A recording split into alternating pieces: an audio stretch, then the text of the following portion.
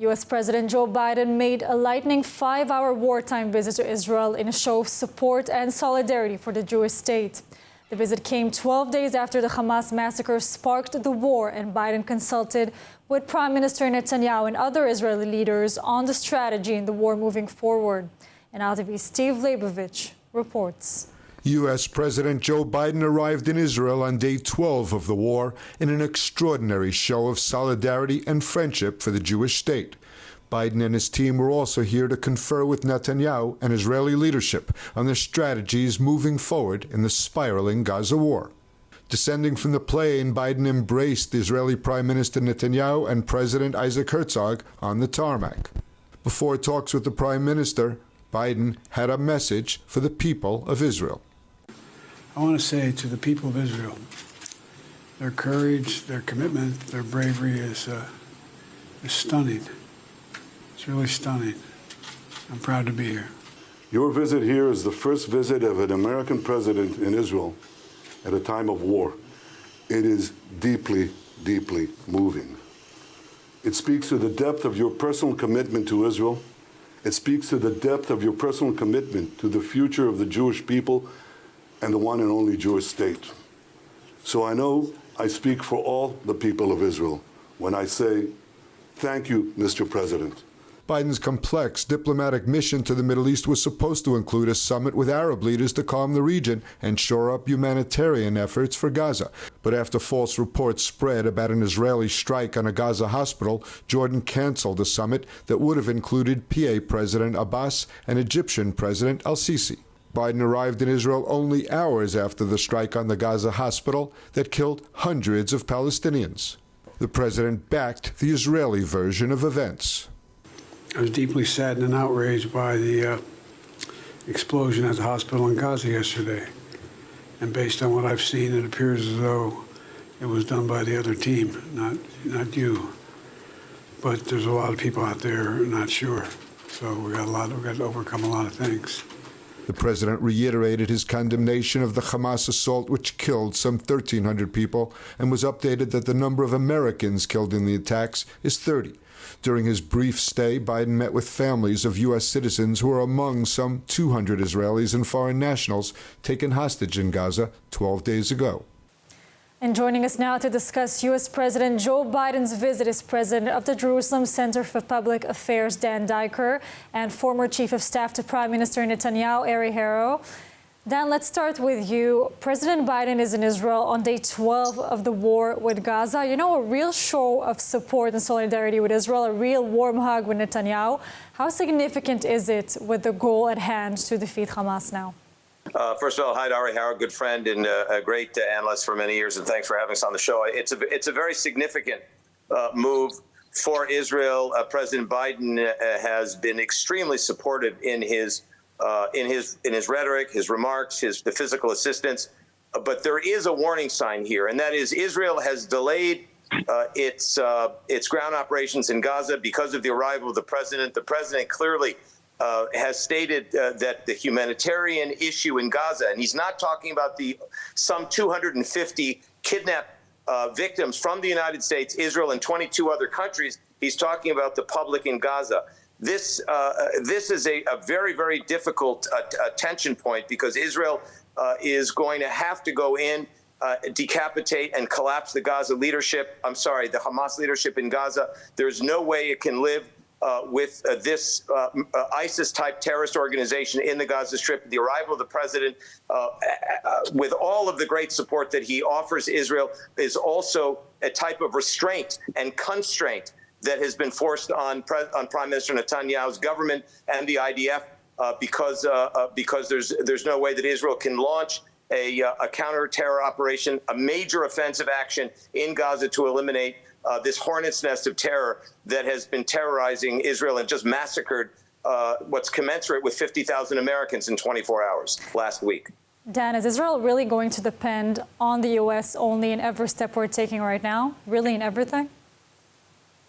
Israel's national security concept has always been to defend itself by itself with its own soldiers, but clearly the United States has been very helpful with Israel before. If you remember, back in 1991, American soldiers had actually manned Patriot anti-missile systems, anti-Scud systems that were placed in different strategic locations within Israel. So we have had a history of American assistance in fighting terror. The major perceptual point of the major entrance of amphibious and military hardware coming into near the Haifa port. We're talking about the USS Gerald Ford. We're talking about the Eisenhower. We're talking about major American military backing.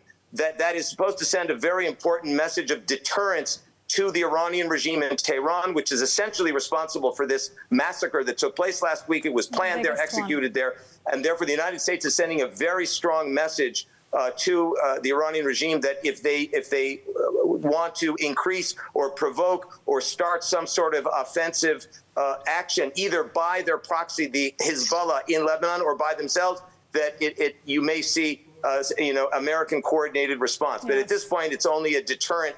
It's a deterrent message being sent by the United States to back up its key ally Israel against the Iranian regime and its Hezbollah proxy. Dan, Ari has been patiently waiting. So Ari, Biden and Netanyahu have reportedly been discussing, the strategy of the war and its goals. Also issues like humanitarian corridors, like Dan also mentioned. Might the president's visit somewhat delay what seems like the inevitable entry of the IDF troops with overwhelming force? I mean, the army is ready. Why are we not moving already? Only Biden or something else? I think that as opposed to past operations, this was an incident that Israel, because of the immense proportions of the massacre that we suffered as a people and as a nation, we're not in any rush to run into Gaza. I think that taking our time by, I say this, quote, softening the ground and taking out military installations, taking out key leaders before we send in the ground troops is not a negative. We're not working with a stop clock, with a stopwatch on this operation as opposed to past operations. I think that there's no question that we were waiting for the Biden trip to come and go. Dan touched on many of the reasons why there were benefits to the country for having the President of the United States come here. It's the first time in the history of Israel that a U.S. president has come during a period of war. And I think that we will be seeing the next stage of this war commence in the next day or two. Erin, continuing with you, I want to speak about the hostages. What's in Biden's power really to do more than anyone else, than other leaders, than Netanyahu, than Israel, to really help release those hostages? I mean, many Americans, many other foreigners, what can he do more than others? Unfortunately, I don't know that there's anything that can be done in a rational way with such, as Dan referred to them, more dangerous and more just more monster-like than ISIS. And I think that as such, there will be efforts by the international community, America, France, and other Thailand, et cetera, that do have citizens amongst the hostages. They will work extensively. Hamas may try to win or to try and shift international support by releasing those nationals and sort of separating between Israeli quote-unquote soldiers and those with other types of citizenship. And that's something that Biden and other world leaders may be able to help with. But ultimately, Hamas, and we've seen this in the past with Gilad Shalit, we've seen it in the north with Hezbollah, these terror organizations, these ISIS type, or people are even referring to as Nazi type organizations, are not organizations that you can deal with, and there's no real diplomacy that would help release anyone. Definitely. And now today is 12 years to the release of Gilad Shalit, so definitely something we should remember. And another 1,027 terrorists, some of them really planning this attack. So Dan and Ari, thank you so much for joining us today. Stay safe. Thank you. Thank you. Experience the power of truth with ILTV News. If you're looking for quality content and captivating visuals, join our news community and become an integral part of our team as we embark on a mission to unveil the real Israel, dismantling the web of lies and misinformation that surround reporting on Israel. By subscribing to ILTV News, you will not only have access to the latest updates, but you will also amplify our message, creating a ripple effect that carries the truth far and wide. Subscribe today and help reshape the narrative. Available on the web, Android, and Apple. Israel's National Security Advisor has announced the establishment of safe zones in southern Gaza Strip, aimed at providing refuge for civilians in the ongoing war and ensuring the delivery of humanitarian aid. And ILTV's William Sharon has more. Israel's National Security Advisor Tzahbi Negbi announced that the Israeli government has given the green light for the creation of safe zones in the southern Gaza Strip. These zones are intended to provide refuge for desperate civilians fleeing the ongoing war while ensuring that the humanitarian aid reaches those in need. בדרום, ורק באזור הזה באופן מעשי ניתן יהיה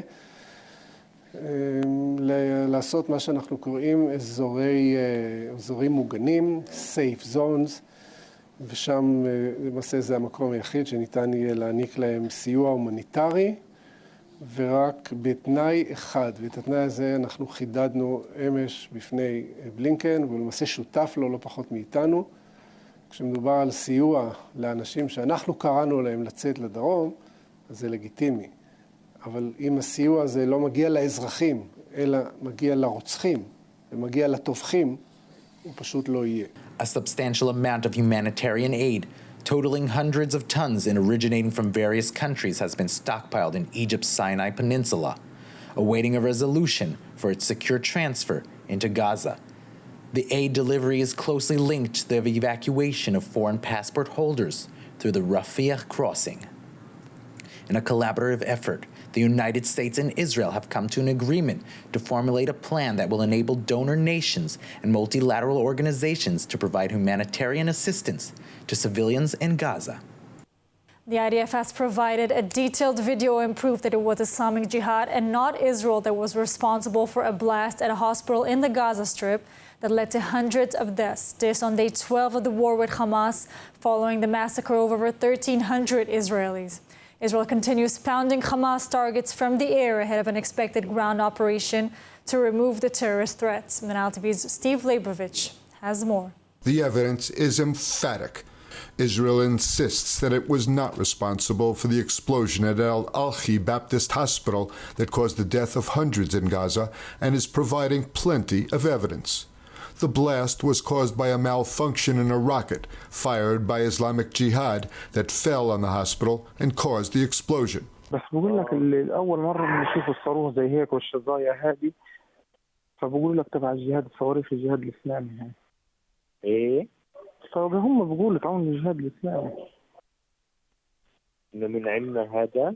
شكله من علمنا In this intercepted audio call between Hamas operatives, one of them explains to the other that it was a jihad missile and not an Israeli missile that caused the explosion. The evidence, which we are sharing with you all, confirms that the explosion of the Al-Hali al-Mahadani hospital in Gaza was caused by an Islamic Jihad rocket that was misfired. Palestinians and much of the Arab world blamed Israel, saying it had struck the medical facility. Jerusalem was wrongly condemned by Jordan, Turkey, Egypt, Saudi Arabia, and others. Hamas knew the truth, but decided to launch a global media campaign to hide what really happened. They went as far as inflating the numbers of casualties. According to our intelligence, Hamas checked the reports, understood it was an Islamic Jihad rocket that had misfired, and decided to launch a global media campaign to hide what really happened. They went as far as inflating the numbers of casualties. Meanwhile, the IDF continues pounding terrorist positions in Gaza ahead of an expected Israeli ground operation with a goal to end Hamas rule. Israel eliminated the highest-ranking Hamas officer to date. Ayman Nofal was a dominant senior figure who headed the Central Gaza Brigade and planned much of the Hamas rampage into Israel. Lebanon's Iran-backed Hezbollah terrorist movement called for a day of rage over the Gaza hospital blast, blaming Israel without evidence. Hezbollah is also continuing rocket fire on the northern border, injuring 4 soldiers with an anti-tank missile. And ILTV's Devo Klein reports. Hezbollah continues firing rockets into Israel. 4 soldiers were injured near Moshav Shtula in the latest missile attack. Hezbollah fired at least 7 missiles over the past 24 hours at towns and military posts on the northern border. Israel responded to the anti-tank fire by shelling Hezbollah targets in southern Lebanon. Yesterday, the IDF killed 4 Hezbollah gunmen who attempted to infiltrate into the north near Kibbutz Hanita. The incidents were the latest in a series of skirmishes on the northern border with the Iran-backed Hezbollah as well as Hamas operatives there. The tit-for-tat attacks have been limited in scope amid threats from Israel that Lebanon could suffer if Hezbollah steps up its attacks. The IDF warned Hezbollah of the consequences of their actions. I would warn Hezbollah to look very carefully. I would also warn the leaders of Lebanon to look very carefully how we are dismantling Hamas in the Gaza Strip, leader by leader, terrorist by terrorist, and indeed infrastructure by infrastructure. We will exert a serious price if they continue to threaten and attack Israel.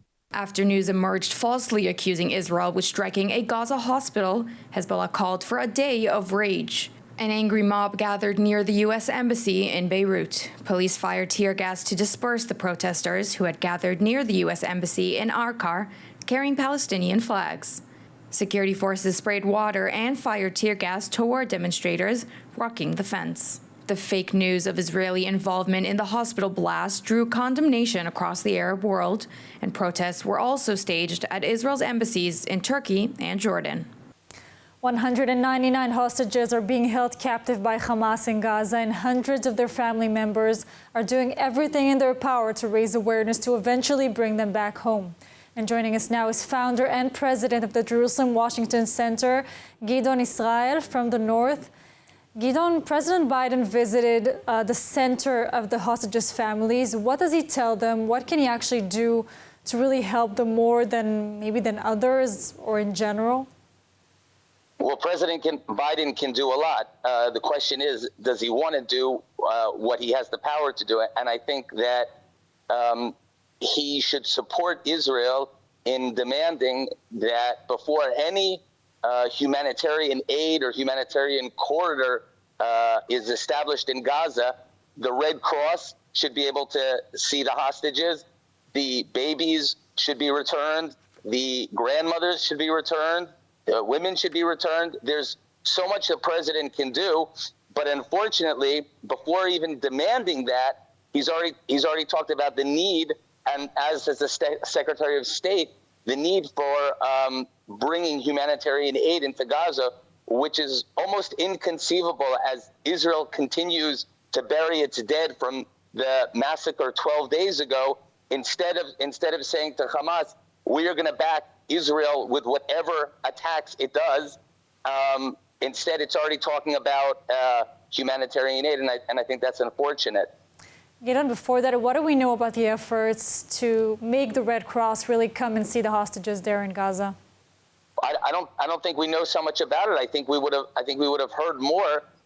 Certainly, we haven't heard any Israeli ministers, or we haven't heard the Prime Minister demanding that the Red Cross be able to see the hostages.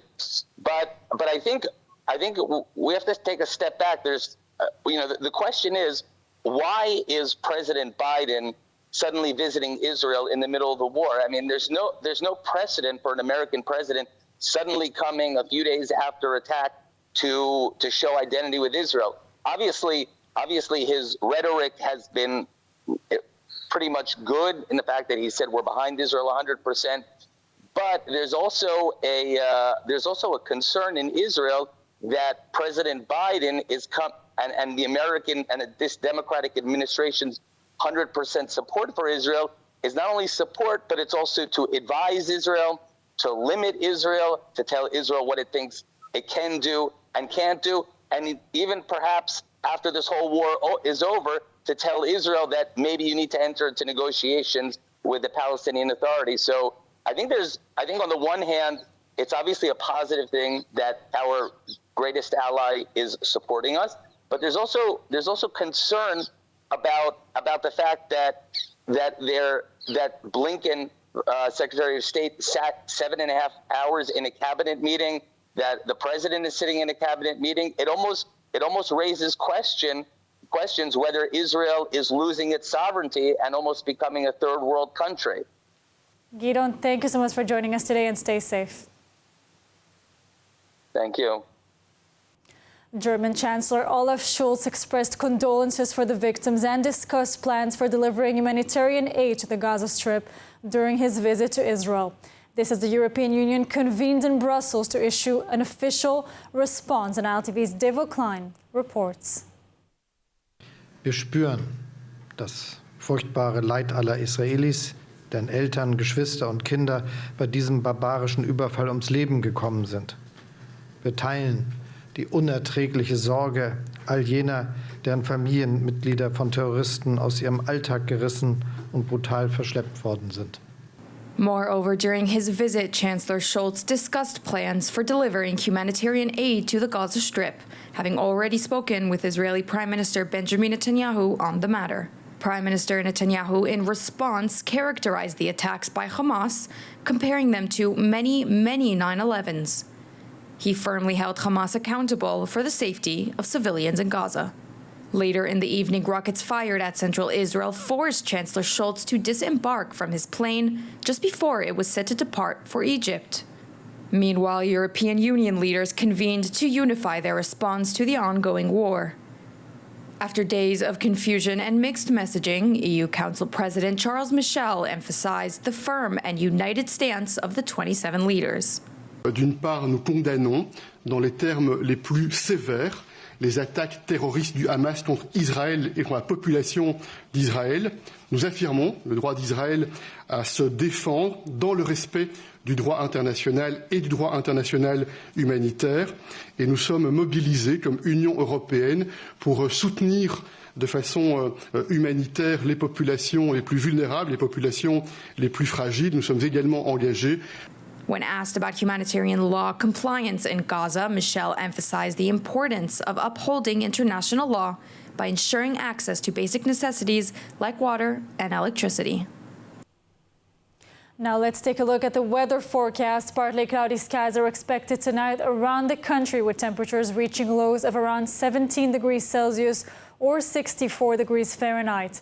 Then tomorrow, mostly sunny skies and warm temperatures set to reach highs of 27 degrees Celsius or 81 degrees Fahrenheit.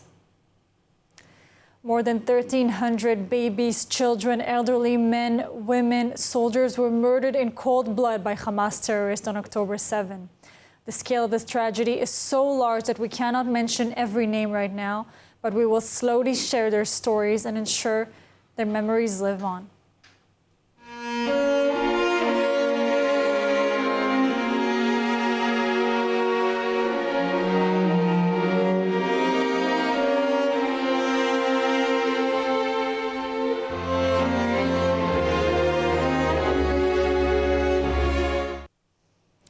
And that's all for today's news. For more updates from Israel on all your devices, check out our ILTV channel, subscribe to our ILTV newsletter, and of course, do not forget to check out our new and improved website, ILTV.tv, with all of the latest news from the heart of the State of Israel. I'm Amit Harari. Stay safe, and thank you so much for watching.